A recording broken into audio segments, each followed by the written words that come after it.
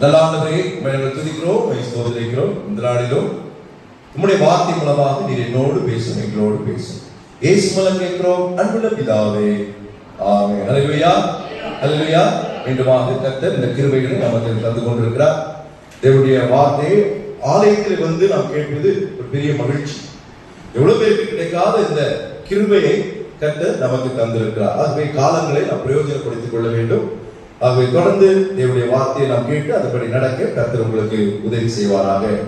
ஒவ்வொரு நாளும் ஒவ்வொரு மனிதனுடைய வாழ்க்கையில அவர்கள் செய்கிற தவறுகள், அதன் மூலமாக கர்த்தரால் அவர்கள் பெறுகிற தண்டனைகள் என்கிற தலைப்பிலே ஒவ்வொரு நாளும் ஆதாமின் வாழ்க்கையை ஆரம்பித்து நேற்றைய தினத்திலே நாபால் என்கிற காலேபினுடைய சந்ததியுடைய ஒரு மனிதனுடைய அந்த தவறுகளையும் அதன் மூலமாக அவன் தண்டனை பெற்றதையும் நாம் அறிந்து கொண்டோம். ஒருவேளை நாபாலுடைய மனைவி அபிகாயிலுடைய புத்திசாலித்தனத்தால தாவீதிடமிருந்து நாபால் தப்பித்துக் கொண்டான். ஆனா அவனுடைய தவறினாலே, அவனுடைய முரட்டு குணத்தினாலே கர்த்தரிடத்திலிருந்து தண்டனையிலே தப்ப முடியும். தாவீது அவனை வெட்ட வந்தான், ஆனா அபிகாயிலுடைய புத்திசாலித்தனத்தால அவன் திரும்பி போயிட்டான். ஆனா நடந்ததை அபிகாயில் சொன்ன போது நாபால் அவன் கல்லாகி 3 நாள் கழித்து இறந்து போனான் என்று வாசிக்கிறோம். அவனுடைய தண்டனைகளை நாம் அறிந்து கொள்ளும் போது இவங்களுக்கு நமக்கு ஒரு பயம் வரும். ஐயோ, இப்படி பெரிய தண்டனைகள்லாம் ஆண்டவர் பண்ணியிருக்கிறாரே, இன்னைக்கு நாம தவறு செய்தா நம்மளே ஆண்டவர் தண்டிப்பார். அது ஒரு பயம் இருந்துச்சுன்னா நம்ம அந்த தப்பை செய்ய மாட்டோம். ஆனா அதே நேரத்துல நாம் ஒரு புத்தி உள்ள மனிதர்களாக வாழ வேண்டும் என்று சொல்லி ஆண்டவர் இருக்கிறார். வேதம் சொல்றது ஒரு சிலர் தான் புத்தி உள்ள மனிதராக வாழ்ந்து கொண்டிருக்கிறார்கள். தாவீது அவன் எப்படி இருந்தான்? புத்திமானாய் நடந்தான் என்று வாசிக்கிறோம். தேவனுடைய பிள்ளைகள் நம் புத்தி உள்ளவர்களாக நாம் இருக்க வேண்டும். ஒரு ட்ரெயின் போய் கொண்டிருக்கிறது.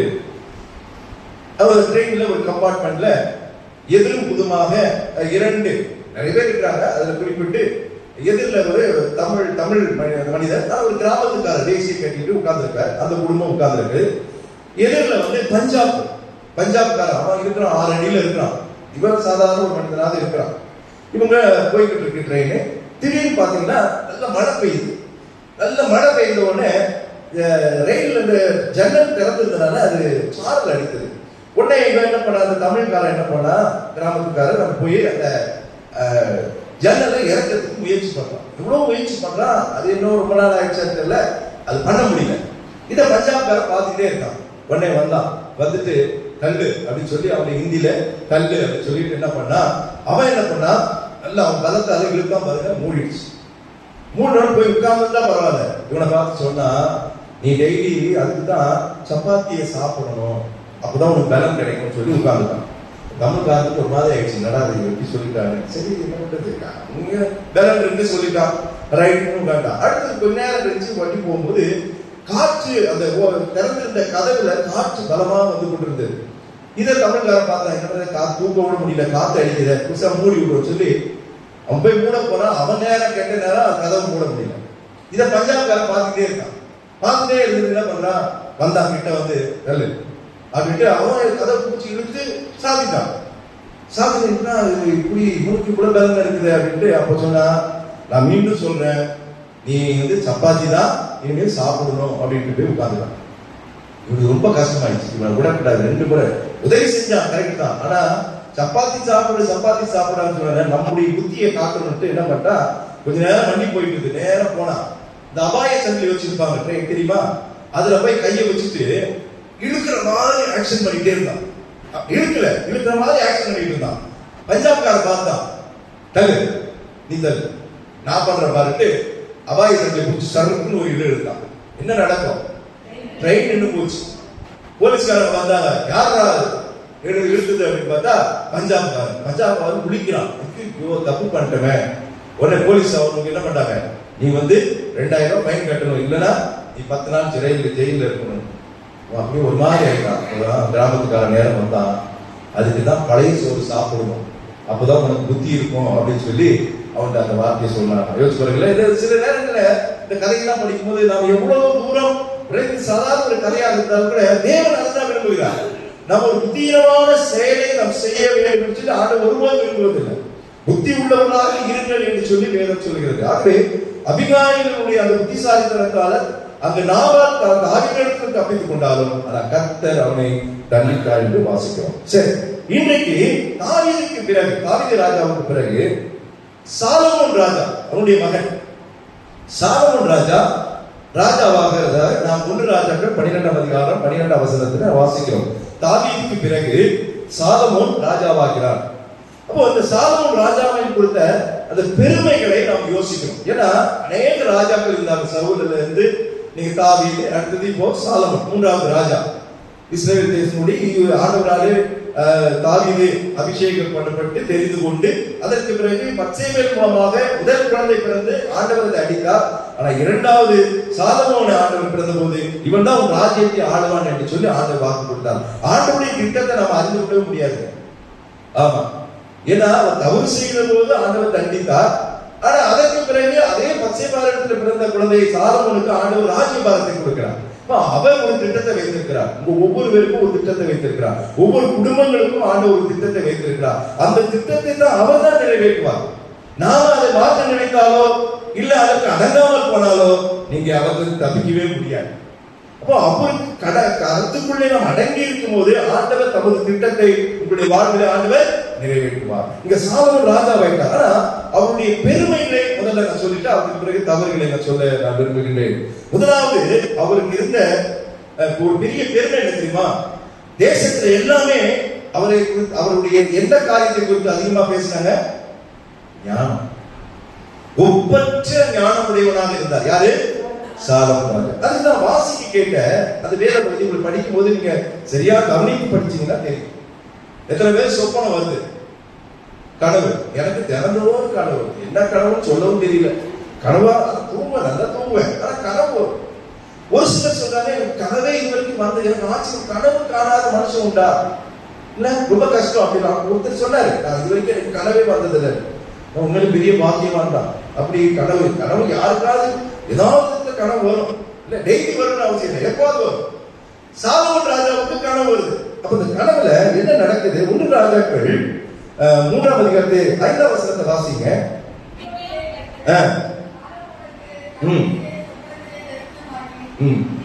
நீ விரும்புகிறதை எங்களுக்கு கேளு. நம்மகிட்ட வண்டி ஆண்டவர் நேரம் வந்து உனக்கு வேண்டியது நீ கேளுனா ஒவ்வொருத்தரும் என்ன கேட்போம்?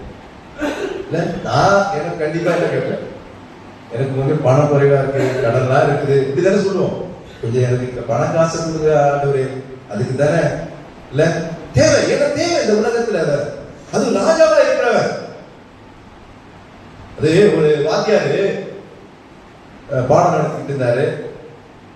பாடம் நடத்திட்டு இருக்கும்போது கடவுள் பசங்களை பார்த்து கேட்கிறார். கடவுள் கிட்ட வந்து உங்களுக்கு என்ன வேணும்னு கேட்டா நீங்க என்ன கேட்பீங்கன்னு ஒரு பையன் இருக்கு, நீ சொல்றாங்க. அப்படியே பார்த்துட்டு இல்ல நான் என்ன கேட்பேன்னா எனக்கு நிறைய பணம் எனக்கு வேணும், ஏன்னா நான் இது படிக்கிறேன், நிறைய நல்லா இருக்கணும்னுக்காக, அதனால ஆண்டவர்கிட்ட நான் பணம் கேட்பேன். அப்போ அவருக்கு கோபம் போச்சு. முட்டாள், நீ பணம் கேட்ப, நான் என்ன கேட்பேன் தெரியுமா? என்ன கேட்பீங்க? எனக்கு நல்ல அறிவை கொடு, நல்ல ஞானத்தை கொடு, நல்ல புத்தியை கொடு அப்படின்னு கேட்பேன். அந்த பையன் சொல்றானா, யாருக்கிட்ட எது இல்லையோ அதுதானே கேட்பாங்க, அதுதான் நீங்க கேட்கறீங்கன்னு சொல்லி அந்த பையன் சொல்றானா. எப்படி இருக்கு பாருங்கல்ல. இன்னைக்கு சாலமோன் ராஜா ஞானத்தை அவர் கேட்கல, அவருக்கு அவர் எதிர்பார்த்தது வேற. ஆனா ஆண்டவர் வந்து கேட்ட உடனே அவர் கேட்டது என்னது? ஒன்னே ஒண்ணு கேட்டாரு, ஞானமுள்ள இருதயத்தை எனக்கு. நீங்க நான் கேட்போமா? கேட்கவே மாட்டோம். அது ஞானம் ஒரு பக்கம் இருக்கட்டும், நமக்கு தேவையானது நம்ம கேட்கும், அப்படிதான். ஆனா ஞானமுள்ள இருதயத்தை 9ஆம் வசனத்தை வாசிங்க. ஆகையால் ஜனங்களை நியாயம் விசாரிக்கவும் நன்மை தன்மை என்று வகையாக்கவும் அடியேனுக்கு ஞானமுள்ள இருதயத்தை தந்தருளும். ஏராளமாக இருக்கிற இந்த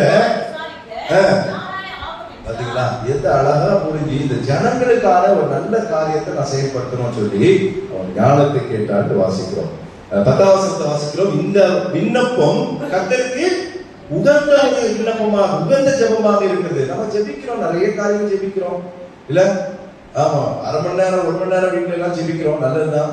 ஆனா ஜெபத்தினுடைய அந்த வார்த்தைகள் ரொம்ப கவனமா இருக்கணும்.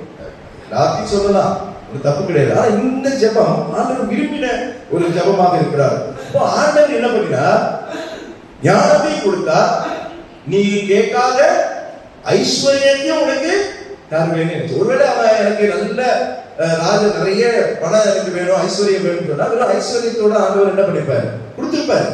ஆனா அவர் நீக்கிருப்பாரு. ஆனா ஞானத்தை கேட்டனால, இது அவருக்கு பிடித்திருந்தனால ஞானத்தோட சேர்த்து ஐஸ்வர்யத்தையும் உனக்கு தரும். நீங்க பாத்தீங்கன்னா ஒவ்வொரு எந்த ராஜாக்கள் ஆனாலும் சாலமோனுக்குரிய அந்த ஐஸ்வர்யம் படைத்த ஒரு ராஜா யாரும் இருந்தது.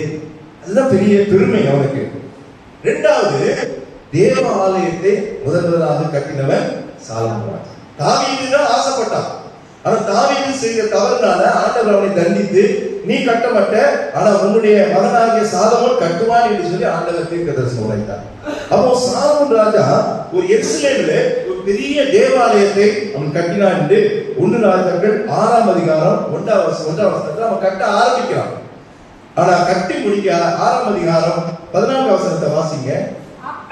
அப்படியே முடித்தான் என்று வாசிக்கிறான். ஆனா அது வருடங்கள் எவ்வளவுனா, அது கடைசி வசனத்தை வாசிங்க. அந்த அதிகாரத்துல 38 11ஆம் வருஷம் பூன் என்னும் 8ஆம் மாதத்திலே அந்த ஆலயம் முழுவதும் சகல திட்டத்தின்படியே ஒரு பங்கும் குறையாமல் கட்டி தீர்ந்தது. அவன் அதை கட்டி முடிக்க எத்தனை வருஷம் கட்டியிருக்கான்? ஆலயத்தை 7 வருஷம். அப்ப இப்படிப்பட்ட ஒரு பிரம்மாண்ட தங்கத்தினால, வைரத்தினால, வெள்ளியினால, நீங்க அந்த அதிகாரத்தை போய் படிச்சு பாருங்க. அவங்க எப்படி இல்ல ஆண்டவர், ஆனா ஆண்டவத்தை கேட்டு கேட்டு அந்த ஆலயம் எப்படி இருக்குன்னு சொல்லி ரொம்ப நேர்த்தியா கட்டி கொடுத்தான். 7 வருஷம் கட்டான். இங்க போனா ஒரு 6 மாசத்துல ஒரு ஆலயத்துக்கு பணம் இருந்துச்சுன்னா கட்டி முடிச்சிடலாம் அதிகபட்சமா. ஆனா இப்ப 7 வருஷம் கட்டினப்போ அந்த அது ஒரு பெருமை சாலமோன் ராஜாவுக்கு இருக்கிறத பார்க்கிறோம். மூன்றாவது, அளவில்லாத செல்வமுடையவனாக இருந்தான். ஐஸ்வர்யத்தை ஆண்டவர் அள்ளி கொடுத்துட்டார். இதெல்லாம் அவனுக்கு இருந்த பெருமை. 7ஆம் அதிகாரம் 1ஆம் வசனத்தை வாசிங்க. 7ஆம் அதிகாரம் 1ஆம் வசனம். சாலமோன் தன் அரண்மனை முழுவதையும் கட்டி முடிக்க ஆலயத்தை 7 வருஷம் கட்டினா. ஆனா அதை காட்டிலும் அரண்மனையை எப்படி கட்டினான்? 13 வருஷம் கட்டியிருக்கான் சாலமோன் ராஜா. 13 வருஷம் கட்டியிருக்கானா, அது எப்படி கட்டியிருப்பான் யோசிச்சு பாருங்கல்ல அந்த அரண்மனை. ஏன்னா அவன்கிட்ட அளவில்லாத செல்வம் இருந்தது என்று வாசிக்கிறோம். 2 நாளாகவும் இதற்கு ஆதாரமாக ஒரு வசனத்தை சொல்லி நடத்த போகிறேன்.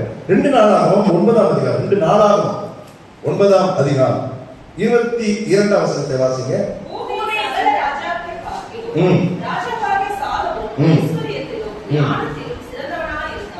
அப்படி 25ஆம் வசனத்தை வாசிங்க. பாருங்க.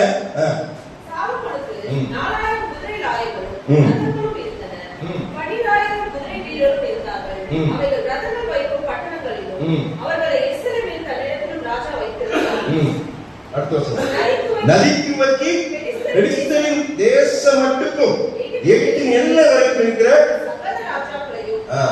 சுத்தி இருக்கிற எல்லா ராஜாக்களும் யார் கீழே இருக்கிறாங்க? சாலமோனுக்கு கீழே இருக்கிறாங்க. எவ்வளவு பெரிய தாவீது ஆண்டவர் சொல்லிட்டாரு, உன்னை விட்டு பட்டயம் நீங்காது இருக்கும் சொல்லிட்டாரு. ஆனா சாலமோனுக்கு அந்த ரொம்ப போர குடிக்கல ஆண்டவர். ரொம்ப அமைதியான ஒரு வாழ்க்கையை தான் ஆண்டவர் கொடுத்தார். ஆனா இவ்வளவு காரியங்கள் பெருமைகள் உடைய அந்த சாலமோன் ராஜா இன்னும் ஒரு பெருமை, முக்கியமான பெருமை, இலக்கிய ஆர்வம் உள்ளவர் இந்த சாலமோன் ராஜா. நீங்க பாத்தீங்கன்னா நீதிமொழிகள், பிரசங்கி, உன்னத பாட்டு, இந்த 3 எழுதுறது யாரு? சாலமோன் ராஜா. அந்த நீங்க அது நடைகள்லாம் பாருங்க, நீதிமொழிகள் பாருங்க, பிரசங்கி பாருங்க, உன்னத பாட்டு பாருங்க. உன்னத பாட்டுலாம் அதை புரிந்து கொள்ளவே முடியாது. ஆமா, அது மணவாட்டியை மணவாளன் வர்ணிக்கிற மாதிரியே இருக்கும். ஒரு காதலிய வர்ணிக்கிற மாதிரி ஆண்டவரை சாலமோன் வர்ணிக்கிறார். அப்படிதான் அது வரும். அப்போ ஒரு கவிதை இலக்கிய புலமை உடையவனாக இருக்கிற ஒரு ரொம்ப பெருமை. அதை கேட்பதற்காக, வார்த்தையை கேட்பதற்காக ஊர்ல இருந்து பல தேசங்களில் இருந்து ஆட்கள் வருவாங்களாம். அவருடைய ஞானத்தை அறிந்து கொள்வதற்காகவும் அவருடைய வார்த்தைகளை கேட்பதற்காகவும். அது மாத்திரமல்ல, நான் சொல்ல விதமாக அமைதியான ஒரு ராஜ்யபாரத்தை ஆண்டவர் அவனுக்கு கொடுத்தார். இதெல்லாம் அவனுடைய பெருமைகள். ஆனா அப்படிப்பட்ட சாலமோன் ராஜா தன்னுடைய வாழ்க்கையிலே தவறுகளை செய்தார். ஆண்டவர் எதிர்பார்க்கிறார். தாவீது ஒரே முறை, அவன் 2 முறை தவறினான். ஆனா மன்னிப்பு கேட்டார். ஆண்டவர் அவனை மன்னித்து விட்டார். ஆனா தண்டனையை கொடுத்தார். இங்க சாலமோன் ராஜா அவன் பண்ண தவறுகள் என்ன என்று பார்க்கும்போது, முதலாவது 11ஆம் அதிகாரம் 1 ராஜாக்கள் 11ஆம் அதிகாரம் 1ஆம் வசனத்தை வாசிங்க. ராஜாவாகிய சாலமோன் குமாரத்தியை நேசித்தது மட்டுமல்லாமல் மோவாதியரும் அம்மோனியரும் ஏதோமியரும் சீதோனியரும் ஏத்தியருமாகிய அந்நிய ஜாதியாரான அநேக ஸ்திரீகள் மேல் நல்ல ராஜாங்க, பெருமையான ராஜா, பெருமைக்குரிய ராஜா. கர்த்தர் அளவுதான் ஞானத்தை கொடுத்தார். இந்த ஞானத்தை அவன் எதுக்கு பயன்படுத்துறான் பாத்தீங்களா? இல்ல எப்படி இருந்தனா இப்படி ஆயிட்டேன்னு சாலமோன் ராஜா எப்படியோ இருக்க வேண்டியவங்க. இன்னைக்கு அதை பாருங்க, இதுல போடப்பட்டிருக்கிற ஒவ்வொரு நாடுமே தேவன் வெறுக்கிற நாடு, அந்நிய நாடு. இஸ்ரவேல் ஜனங்களை கொடுமைப்படுத்தி எப்படியாவது போரிலே வெற்றி விட வேண்டும் காத்திருக்கிற நாடு, தேவனுடைய பிள்ளைகளுக்கு எதிரானவர்கள். அந்த குமாரத்தின் மேலே இவன் நேசம் வைத்து ஆசை வைத்து என்ன பண்ண தெரியுமா? கல்யாணம் பண்ணி கொண்டான். 3வது வசனத்தை வாசிங்க. அவனுக்கு பிரபுக்கள் குலமான எத்தனை பொண்டாட்டி? கொஞ்சம் தசமா சொல்லுங்களேன். 700 பொண்டாட்டி. அது முடியல. அடுத்து பாருங்க, 300 மறுமனையாட்டி. ஆகமத்துல 1000. என்ன பண்ணிருப்பானோ, என்ன நடந்திருப்போ தெரியுது. சாலமோனை நினைச்சா எனக்கு அது. ஆனா அது அந்த 700 மலையாட்டின்னு சொல்றாங்க. எதற்காக என்ன சொல்றோம்னா, என்ன பண்ணுவானா, தேசத்துல அமைதிக்காக வேண்டும் சொல்லி சாலமோனுக்கு எல்லா ராஜாக்களும் தன் மகளை கட்டி கொடுக்க ரெடியா இருப்பாங்க. இவங்க ராஜகுமாரத்திகள் அப்படிதான் அதுல போட்டுருக்கு. என்னன்னா ஒவ்வொரு நாட்டுக்கும் போயிட்டு அங்க இருக்கிற அழகான அந்த ராஜாவுடைய பொண்ணை என்ன பண்ணுவாரு? கல்யாணம் பண்ணிப்பாரு. அப்ப அவங்களுக்கும் அந்த தேசத்துக்கு என்ன நடக்காது? போர் வர, சண்டை வர. அப்ப சுற்றி இருக்கிற எல்லா ராஜாக்களும் இவனுக்குள்ள இருந்தாங்க. அதுக்கு என்ன காரணம்னா, எல்லாருமே நான் பொண்ணை சாலமோனுக்கு கொடுத்திருக்கிறாங்க. அதனால அங்க அமைதி வந்துருச்சு. ஏன்? இவருக்கு ரொம்ப ஞாபகம் இல்ல. ஒரு விறகு வெட்டிக்காத உங்களுக்கு தெரியுது, எவ்வளவு பேருக்கு ஞாபகம் இருக்குமா தெரியாது. ஒரு விறகு வெட்டி என்ன பண்ணா, விறகு வெட்ட போறான். மரத்தின் மேல ஏறி கிளையில வெட்டிக்கிட்டு இருந்தா திடீர்னு கோடாரி தவறி என்ன ஆச்சு? குளத்துல விழுந்துச்சு. இவன் வெளியே வந்து அவனோட அழுதுட்டு இருக்கான். அது எடுக்க முன்னே தேடி பார்த்தா கிடைக்கல. அப்போ அந்த வன தேவதை வந்துச்சு. ஏன்டா நீ அழுதுட்டு இருக்க? இல்ல, நான் கோடாரி வச்சு மரத்தை வெட்ட வந்தேன், கோடாரி விழுந்துருச்சு, அதனால எனக்கு கஷ்டமா இருக்கு. நான் என்ன பண்ண, புது கோடாரி தான் வாங்குறதுக்கு வசதி கிடையாது, நீ கவலைப்படாத, இது என்னுடைய இடம் தான், நான் உனக்கு கொடுத்துற சொல்லி என்ன பண்ணிட்டாங்க, அந்த கோடாரியை எடுத்து கொடுத்தார். இல்ல, முதல்ல தங்க கோடாரியை கொடுத்தாங்க. இவர் சொன்னதுமா, ஐயோ இது என் கோடாரி கிடையாது, நான் அதை அப்படி பண்ணுமா, இதான் என் கோடாரி சொல்லி வீட்டுல வாங்கி வந்திருப்பேன். ஏன்னா தங்கத்துக்கு நம்ம பொருள் ஆச்சு, இதுதான் நம்ம இயற்கை. இவன் இது கிடையாதுக்கா. அடுத்தது வைர கோடாரி இருக்கா. வைர கோடாரி எடுத்து இதுவா பாரு அப்படின்னு இது பார்த்துட்டு ஐயோ இதுவும் என்ன இல்லை அப்படின்னா, அப்புறம் 3வது நிஜமான கோடாரியை அந்த அம்மா எடுத்து இதுவா பாருன்னு, எனக்கு இதுதான் என்னுடைய கோடாரி. அது ரொம்ப சந்தோஷமாயிடுச்சு. பரவாயில்ல, இவன் ரொம்ப உண்மையா இருக்கிறான் அப்படின்னு சொல்லி இந்த அம்மா என்ன பண்ணிட்டாங்க, 3 கோடாரியும் அந்த ஆள்கிட்ட கொடுத்து அனுப்பிச்சிட்டாங்க. ஒரு 6 மாசம் போச்சு. தன்னுடைய மனைவியோட அவன் என்ன பண்றான், காட்டுக்கு வரான். காட்டுக்கு வந்து திடீர்னு பார்த்தா 2 பேரும் நடந்து போகும்போது 2 பேரும் பிரிச்சிடறாங்க. மனைவியை காணல. ஓடு காத்து அழுதுட்டு இருக்கிறோம். ஐயோ பொண்டாட்டியை காணுமே, காட்டுல ஏதோ மிருகங்கள்லாம் கொண்டுடுமா சாப்பிடுமா. அப்போ அதே தேவதை வருது. வந்து என்னப்பா அழுதுகிட்டு இருக்க, கோடாரி மறுபடியும் நீ தொலைச்சிட்டியா? அதெல்லாம் என்னம்மா, என் பொண்டாட்டியை காணும், நான் தேடிட்டு இருக்கேன் அப்படின்னு. இது என்ன பண்ணுச்சு, அழகான ஒரு பெண்ணை அங்க வர வச்சு, இதெல்லாம் உன் பொண்டாட்டி கூட்டிட்டு போ அப்படின்னு பார்த்தான். அழகா இருக்கிறான்.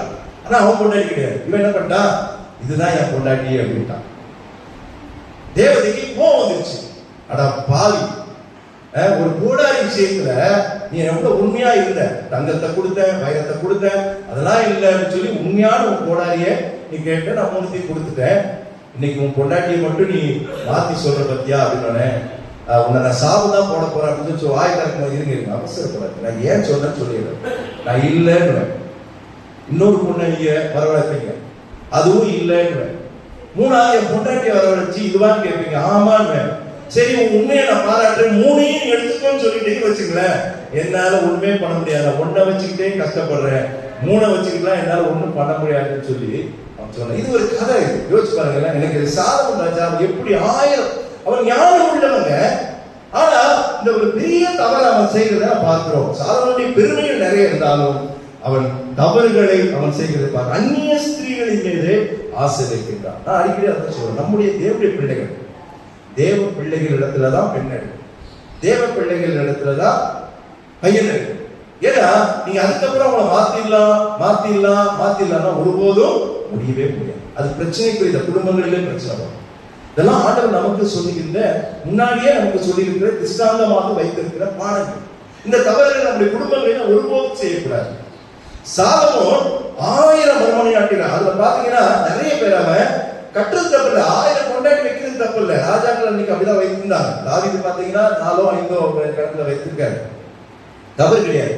ஆனா இவன் அந்நிய பெண்கள் மேல ஆசை வைத்து அவங்க என்ன பண்ணா மனது கொண்டாயிட்டு வாசிக்க, அது தேவனுடைய பார்வைக்கு அது பொல்லாப்பாக இருந்தது. இரண்டாவது, இதன் மூலமாக அவன் என்ன தவறு செய்தார் தெரியுமா?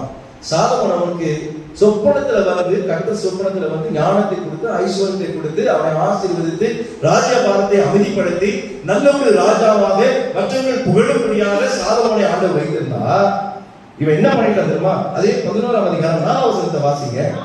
சாலமோன் வயது சென்ற போது அவனுடைய மனைவிகள் அவன் இருதயத்தை அந்நிய தேவர்களை பின்பற்றும்படி சாயப்படினார்கள். என்ன பண்ணிட்டாங்க? அந்நிய தேவர்களை வணங்கும்படி. யாரு? எந்த மனைவிமார நிறைய கட்டி வச்சிருந்தாரோ அவங்க எல்லாம் இவங்க என்ன பண்ணிட்டாங்க? தொல்லை பண்ண ஆரம்பிச்சுட்டாங்க. தொடர்ந்து வாசிங்க. அதனால் அவனுடைய இருதயம் அவன் தகப்பனாகிய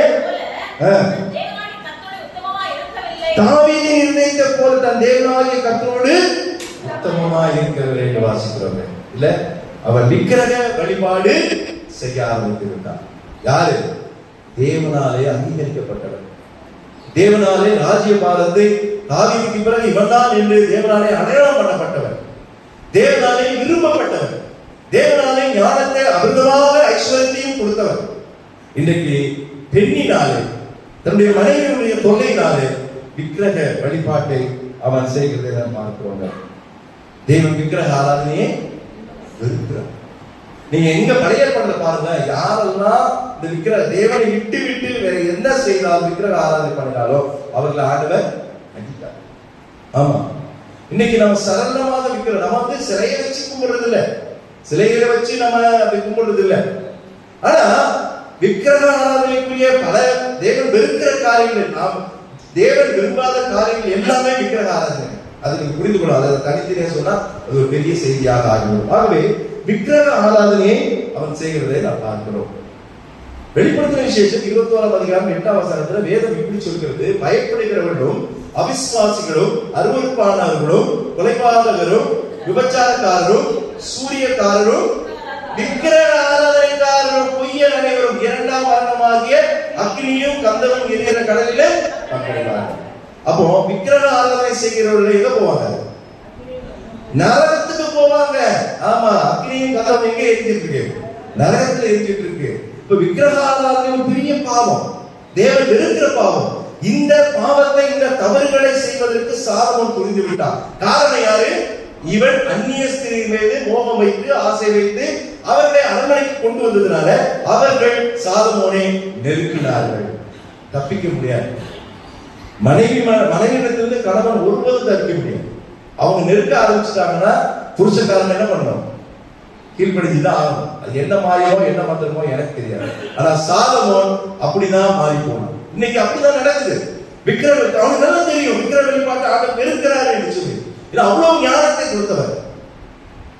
கர்த்தருடைய பிரியமானவர்களே, ரொம்ப ஜாக்கிரதையாக இருக்கிறோம். தேவன் வெறுக்கிற காரியத்தை நாம் ஒருபோதும் செய்யக்கூடாது. ஆகவே விக்கிரக வழிபாட்டை அவன் செய்தான் என்று வாசிக்கிறோம். அது மாத்திரம் இல்லாமல் நீங்கள் 1 ராஜாக்கள் 11ஆம் அதிகாரம் 7ஆம் வசனத்தை வாசிங்களேன். அதோட அவன் நிறுத்திருந்தா கூட பரவாயில்ல, ஆண்டவர் மன்னிச்சிருப்பாரு. அதுக்கு பிறகு செய்யக்கூடாத ஒரு காரியத்தை அவன் செய்கிறான். அது பெரிய தவறாக தேவன் எண்ணினார். சொல்லுங்க. எருசலேமுக்கு எதிரான மலையிலே மோவாபியரின் அருவருப்பாகிய காமோசுக்கும் அந்நிய தெய்வங்களுக்கு கோயிலை கட்டுறாங்க. மேடைகள்ல அதை பலிப்பிடுகிற கோயில் யாருக்கு? அந்நிய தேவர்களுக்கு. கர்த்தருக்காக முதல் தேவாலயத்தை கட்டினவன் யாரு? சாலமோன். இன்னைக்கு அதே கையில் தேவனுக்கு விரோதமாக பிடிக்காத அந்நிய தேவர்களுக்கு மேடைகளை கட்டி கொண்டிருக்கிறான். எவ்வளவு பெரிய தவறு! அதை விட்டுருவாரா? நாபால் ஒண்ணுமே பண்ணல. அவன் தாவீதை தப்பி விட்டான். ஆனா ஆண்டவர் அவனை தண்டித்தான் வாசிக்கிறான். ஊசா என்ன பண்ணினான்? பெட்டியை தொட்டான், கீழே விழக்கூடாது, நல்ல தொட்டான், அங்கேயே விழுந்து அவன் செத்தான். ஆண்டவர் அடித்தார்.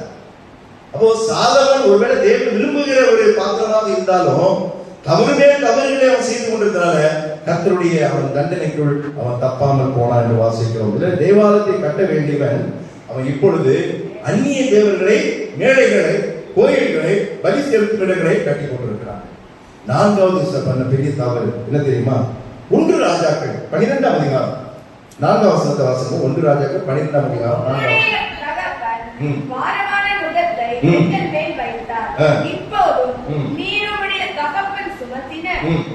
கடினமான வேலையையும்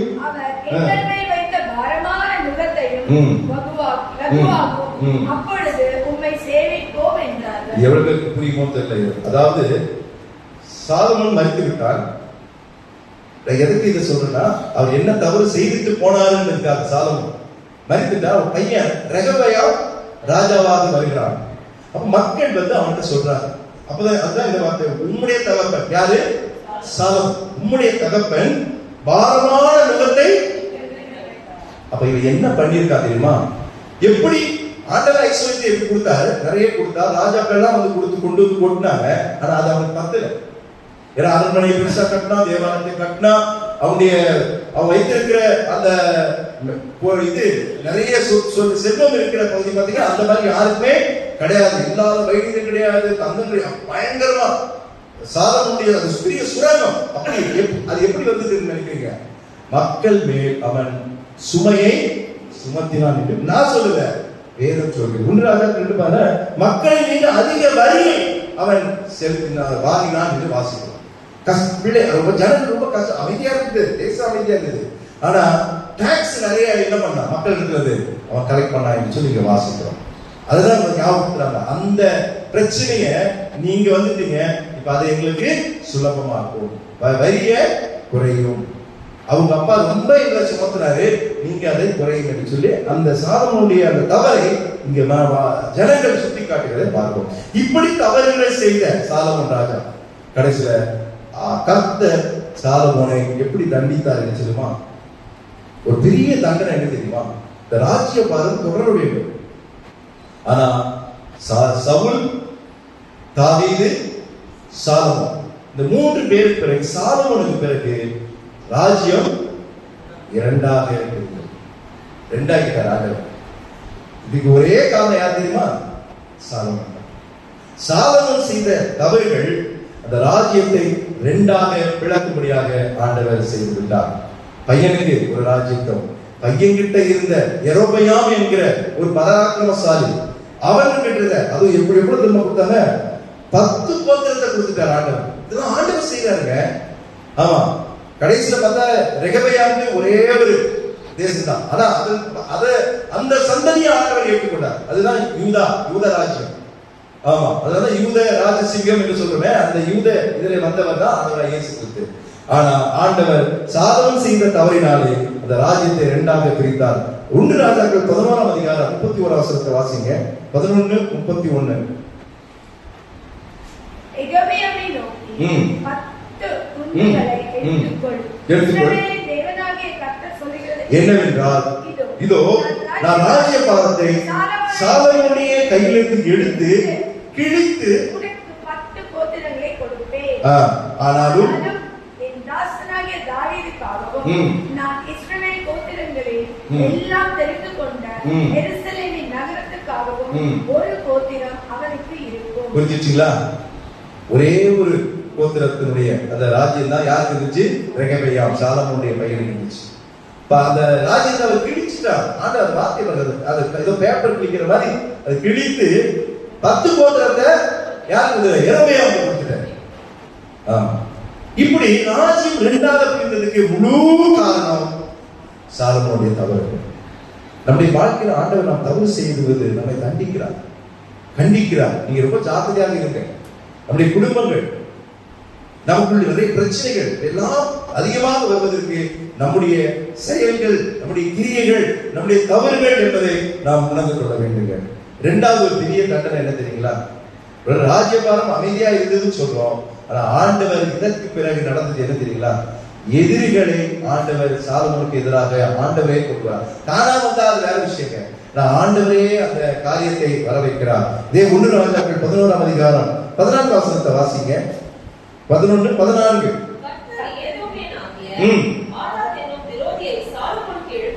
அதாவது இந்த வார்த்தை நல்லா கவனிக்கணும். தானா எழுந்து அவன் வரல, ஆண்டவர் அந்த ஒரு எதிரிய ஆண்டவர் என்ன பண்றார்? எழுப்புகிறார். அப்போ நாம தவறு செய்யும் போது நமக்கு எதிராக ஒரு எதிரியை ஆண்டவர் என்ன பண்றார்? கொண்டு வர. அந்த எதிரிகளிலிருந்து நீங்க தப்பிக்கணும்னா நீங்க ரொம்ப கஷ்டம். சாலமோன் கடைசியில பாத்தீங்கன்னா ரொம்ப மன நிம்மதியோடு அவன் மரித்தான்னு போட்டாலும் கூட எதிரிகள் அவன் எதிர்பார்க்கிறான். ஏன்னா அவனுக்கு அவ்வளவு ராஜாக்கள் அடங்கி இருந்தாங்க. ஆனா கர்த்தரே அது என்ன பண்ணார்? இது மட்டுமல்ல, நீங்க சாலமோனுக்கு எதிராக ஏதோமியர்களாகிய ஆதா, ரேசா மற்றும் எரோபெயாம் ஆகிய ஆண்டவர் தொடர்ந்து இவர்களுக்கு விரோதமாக எழுப்பிக் கொண்டே இருக்கிறார். நீங்க ரெகபெயாமும் ஒரே சண்டை தான். எனக்கு இந்த சண்டை தான் ஒழுங்கா இருந்திருந்தானா ரெகபெயாமாயிருப்பார், அப்புறம் அவன் வம்சம் வந்திருக்கும். ஆனா ஆண்டவர் என்ன சொல்ற? ஒரே முதல் வார்த்தையே சொல்லிட்டான், ஆண்டவருடைய திட்டத்தை நாம் புரிந்து கொள்ளவே முடியாது. ஆண்டவர் எல்லாமே எழுதி வச்சுட்டாரு. அதை ஒருபோதும் ஒருவனாலும் மாற்றவே முடியாது. சாலமோன் பெருமைக்குரிய ஒரு மனிதனாக ராஜாவாக இருந்தாலும் கூட அவன் தேவனுக்கு விரோதமாக தவறுகள் செய்ததுனால திவ்ய தண்டனை, ராஜ்யம் இரண்டாக பிரிந்தது. எதிரிகள் அவனுக்கு எதிராக எழுப்பினார்கள். ஒரு மரணம் அவனுக்கு நிம்மதியான ஒரு மரணம் வந்தாலும் கூட இந்த பிரிந்த கவலை, எதிரிகள் எழுப்பின கவலை இவெல்லாம் அவனுடைய உள்ளத்தை அரித்துக் கொண்டு கடைசியில கர்த்தருக்குள் அவன் முத்திரையில வாசிக்கிறோம். சாலமோன் பெரிய ராஜாவாக இருந்தாலும், ஞானமாக இருந்தாலும், தேவனுக்கு விரோதமாக அவன் பாவங்களை செய்து அவன் தண்டனைகளை அனுபவித்தான். நம்முடைய வாழ்க்கையை நாம் ஆண்டவர்களை அழைக்கப்பட்டவர்களாக இருக்கிறோம். நாமும் ஞானம் உள்ளவர்களாக ஆண்டவர் நம்மை மாற்றி வைத்திருக்கிறோம். ஆனாலும் தவறுகளை, தண்டனைகளையும் நாம் அறிந்து கொண்டு இந்த தவறுகளை நான் செய்ய மாட்டேன் என்று சொல்லி நாம் உண்மையாகவே ஆண்டவருக்கு ஒப்புக் கொடுக்கும்போது கர்த்தர் பெரிய காரியங்களை செய்வோம். கண்களை மூடி கர்த்தர் நோக்கி நாம் ஜெபம் செய்வோம்.